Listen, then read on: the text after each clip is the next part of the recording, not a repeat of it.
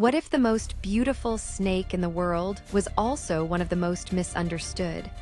And its journey from the wild to your home was far more dangerous than anyone realized. Imagine a creature so perfectly adapted to its environment that it can go months without food, blend into the forest floor like a ghost, and sense the heartbeat of its prey from inches away. The African python is one of nature's most magnificent predators, a living work of art draped in gold and olive scales. But over the last few decades, something strange began to happen. This wild hunter started appearing not in the swamps of Central Africa, but in living rooms, basements, and pet shops thousands of miles away. How did one of the continent's most elusive snakes become a global commodity? And at what cost? The story of the African python pet trade is a tale of two worlds colliding, one of ancient survival and one of modern desire. It begins deep in the rainforests and savannas where these snakes have ruled for millions of years. African pythons are ambush predators. They don't chase, they wait. Perfectly still, coiled in the shadows, they become part of the landscape. Their camouflage is so effective that you could be standing 3 feet away and never see them. For generations, they lived undisturbed, essential players in a delicate ecosystem. But then, the outside world took notice. In the late 20th century, something shifted. A growing fascination with exotic pets swept across North America, Europe, and Asia. People didn't just want dogs and cats anymore, they wanted something unique, something wild. And the African python, with its stunning patterns and impressive size, became a symbol of status and mystery. Almost overnight, a new industry was born. Hunters and traders began venturing into remote regions of West and Central Africa, setting up collection points in villages where poverty made any source of income irresistible. At first, it was just a few snakes here and there, but soon the trickle became a flood. The capture process was brutal.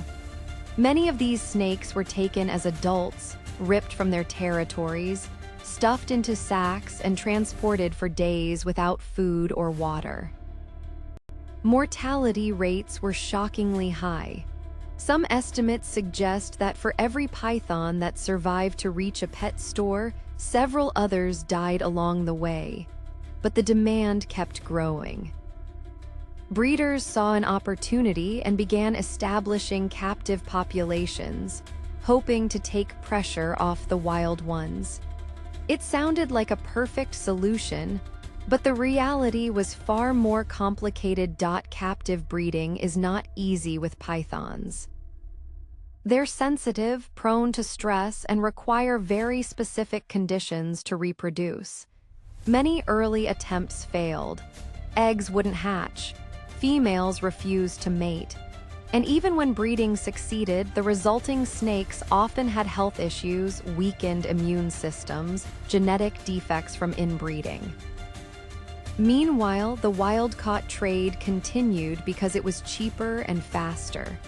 And that's when the real problems started, because taking a top predator out of an ecosystem doesn't just affect the snake, it unravels the whole environment. In areas where pythons were over-harvested, rodent populations exploded, crops were destroyed, disease vectors increased. The balance that had existed for millennia was tipping, but the impact wasn't just in Africa. In places like Florida, where pet pythons were sometimes released into the wild by overwhelmed owners, they became invasive species, outcompeting local animals and altering entire food chains. A problem created in one part of the world was echoing in another. Then came the ethical awakening.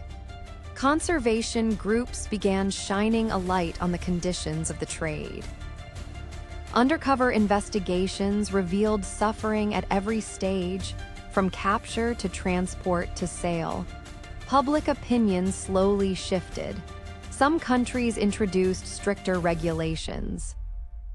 Permits, size limits, and breeding certifications started to become the norm, but enforcement was patchy. Illegal trafficking continued through black markets and online sales. The trade had gone underground, but it hadn't stopped.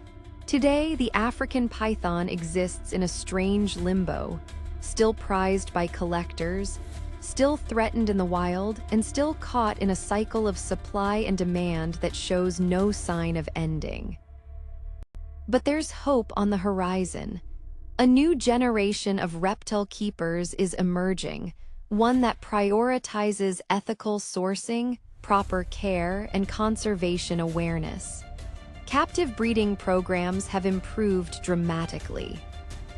Some are even working with zoos and wildlife agencies to support reintroduction efforts in Africa. The goal is no longer just to own a piece of the wild, but to protect it.